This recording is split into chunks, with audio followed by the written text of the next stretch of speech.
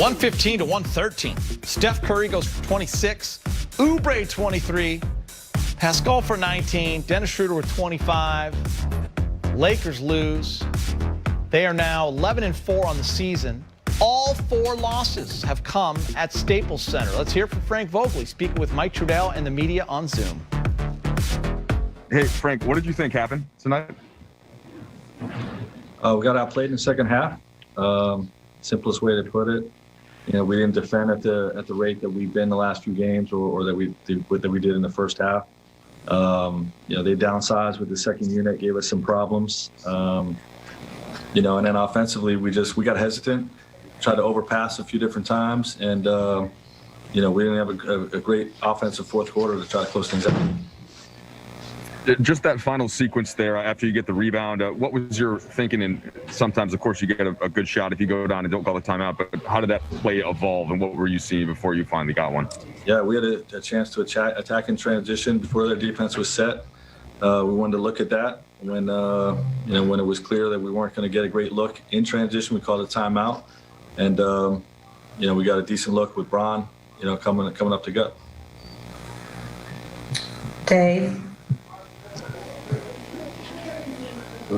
Frank, you were teed up for your reaction to Schroeder getting pushed to the ground, or taking contact and falling to the ground, and then there was that sequence where LeBron was called for a travel, and then Draymond scored in the lane, and some of the guys were calling for a travel. How much do you think the officiating affected tonight's outcome? I don't have anything to say about the officiating. Dan? Frank, how did you feel about kind of just the overall late game organization? It seemed like you guys had a little of a hard time to kind of get in and out of stuff.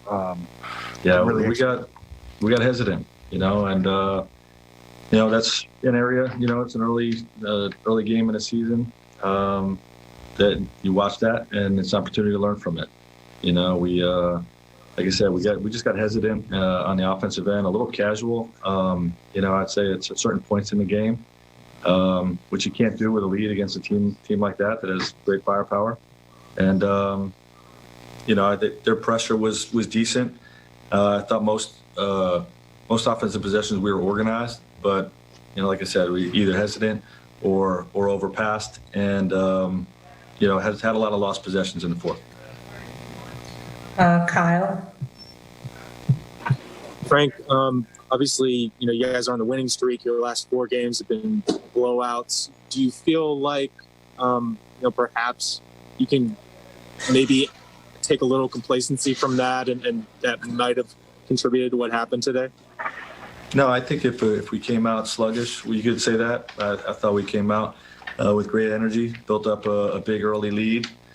We just didn't sustain it. You know, just one of those lessons that we can learn from. Last 2. Bill? Kyle kind of asked my question, but I guess could you speak a little bit more about the lesson of complacency and taking your foot off the gas, and how can you apply that in a season when you are going to have a target on your back the rest of the way? Well, yeah, it's a 48-minute game. You know, our guys understand that, and sometimes if you do it and you don't take a loss, you don't learn a lesson. So, you know, hopefully our guys will learn that lesson from this game. You know, it wasn't all complacency. I mean, you credit the Warriors. We didn't handle, you know, what we felt were some bad calls. We let it distract our focus some. And, you know, like I said, offensively, look, we've been really passing the ball well and trusting the pass. And there was a few possessions. We had great possessions where the guy didn't take the shot because he was thinking one more. So, you know, those are good problems. And, you know, we'll go to the tape and correct it. Jovan?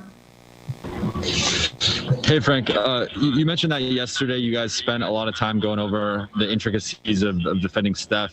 How did you feel you did in that regard tonight, and maybe breaking it down first half or second half? Yeah, I mean, again, I'll have to look at the tape.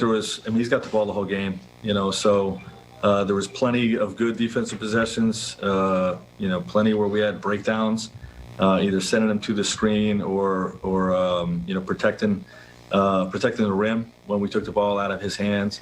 You know, but overall, we just didn't contain the ball like we're capable of. We turned the ball over too much offensively, which let them get out and transition some, and just wasn't. Welcome to Access Sportsnet Lakers, driven by your Southern California Honda dealers. I'm Chris McGee, the Hall of Famer. Big game, James Worthy. We've got Allie Clifton. We got Trudell and Brez working the post game. Can't really sugarcoat it. Embarrassing loss for the Lakers, losing huge leads, not putting a Warriors team away when you had ample opportunities. And you can get away with that some nights, but it's going to come bite you many times in the NBA, and it did tonight, James. Yeah, it bit them tonight. They went against a team that, was absent, Klay Thompson, a young team, a scrappy team. I was very impressed with what Steve Kerr has done with this team. He got them motivated to play. But, yeah, the Lakers, when you have a chance to put it away and you don't, and I think what's happened over this span of wins, they've, been used to playing a little bit slow and then turning it on, and they've taken care of business. But tonight, it just seemed like they were just flat. It seemed like they just couldn't respond to what Golden State was doing to them, not getting good shot opportunities, not connected defensively like they normally are. And so, yeah, it was a lackluster kind of a performance, particularly in the fourth quarter. What if I would have come to you before the pregame show and said, hey, by the way, Allie, Steph Curry's only going to go 3 for 12. I would have stopped you right there. Steph Curry's going to only go 3 for 12 from 3. The Lakers will lead by 19 in the first quarter, but they're going to lose the game. I think that's what's I'm crazy? kind of, yeah. And the bench will play great. Yeah, crazy. I think that's probably what's so mind-boggling, because after starting out the way they did and were able to manage that 19-point lead in the first, you would have thought things were going towards the Lakers' way for the night. But I think what you also learn is what we've continued to preach. It's what they know inside that locker room, is that they are the defending champs. And every single night, you are going to get your opponent's best shot. And also with that comes players who may outplay themselves. Yeah. I mean, Kelly Oubre is averaging 11 points this season. We're talking about how he can't even throw it into the ocean. And he has 23. 23. His season high. Pascal off the bench. Ties his season high with 19. I mean, guys are just playing out of their minds. So Andrew Miller, our graphics producer, he's a Bay Area guy. He's a huge Warrior fan. We told him to build a fourth quarter collapse full screen, and he did. And I think he did it with a smile on his face, because it was a collapse, colossal collapse. The Warriors outscored the Lakers 34-21. Field goals were 14 of 23, 6 of 19. Lakers an embarrassing 1 for 9 from 3. But here's some other ones, James. They were up 9 with 5 minutes left in this game. They didn't score for over 4 minutes after that. They had 4 turnovers in the final few minutes. Warriors went on an 11-0 run. I mean, pick which one's the worst. I don't know. Lakers didn't deserve it. All of the above, Geeter. And, it's something when you're used to winning. Like I said, the Lakers defense has been, pretty good, and they're used to winning. And I think you have to beware of that internal clock that says, okay, we'll be able to turn it on. But what happens is Golden State has an internal clock too, and they turned it on as well. They weren't going to be denied. And so they just couldn't turn it on. I think they turned it off somewhere when they had a 19-point lead and never was able to get back in the ball game. They couldn't just turn the switch on and get the defense going, layups. The bench players for Golden State out-hustled. There's things that we normally don't see. We saw in the fourth quarter in particular. Yeah, I mean, this is a Warriors team, minus Klay, as we mentioned. Draymond's getting back. Steph's getting back. It's a young team. They outscored the Lakers 67-49. Here's the thing, Allie. The Lakers are not going to be perfect. Right. I know we want them to be every single night, but the Warriors played harder tonight. Yeah. 67-49 in the second half. Coming in, Steve Kerr made the point that they're just not in sync right now offensively. I think they turned the corner a bit tonight, because I think at the end of the day, you mentioned how different the Warriors are to what we're so accustomed to seeing. But their system, their style of play, and who they are going to be and want to be about, because you still have that guy, that dominant force in Steph Curry running the show, they're still going to pass the ball. They're going to move that basketball offensively, and they're going to get after it on the defensive end of the floor. And when you put that all together and you continue to stick with that, good things will happen. And tonight, that's what happened for the Warriors. Yeah, and Frank said it. He said it early in this game when he said it to the team and when he was interviewed. Like, you can't let this team hang around because of that guy. And sure, Steph was 2 for 11 at the time, but he hits the big 3 with a minute left to put them up 5. Kelly Oubre, they had an interesting conversation about him. Reggie was saying, listen, social media, fans around the NBA. He was supposed to be that guy to kind of fill the role when Clay tore his Achilles, and he has really had an up and down rough season. Well, tonight he came to play.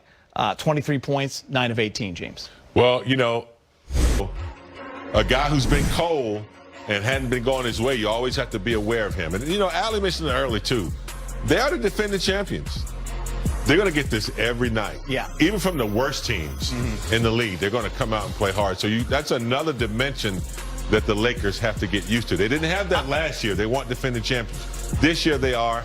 Every night's going to be a big night. And they had an opportunity to win this game. They just didn't close it out. Surprised us tonight, James, though. MLK Day in the NBA. It's a big day. It's a national game. It's only on TNT. You're right after an unbelievable Brooklyn game with Harden and KD in Milwaukee, and they built up a 19-point lead coming off of, 5 straight wins.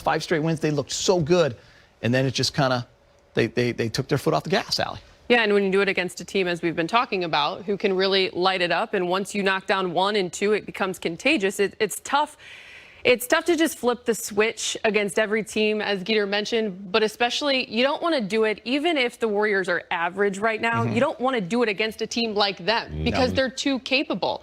And when they put you on your heels and then the shots aren't falling, the one thing when you look at the Lakers coming into tonight in that 5-game winning streak, the ball was moving on the offensive end of the floor, 26 assists on average, and tonight just 23. Shots weren't falling. And you know what happens when shots aren't falling? It becomes tougher on the defensive end, and it makes you you need to dig in even more so deeper, and you're doing it against a team that has caught fire. Yeah, and the Lakers got such poor shots down the stretch. We were seeing those final 3 minutes, long twos, nothing in sync, no actions. And what's interesting, we're going to show you guys right here, they're still in this game. Right. Schroeder misses that free throw, makes the second one. They're down 2. Steph misses that layup. The Lakers get the ball with 12 seconds. The indecision, James, was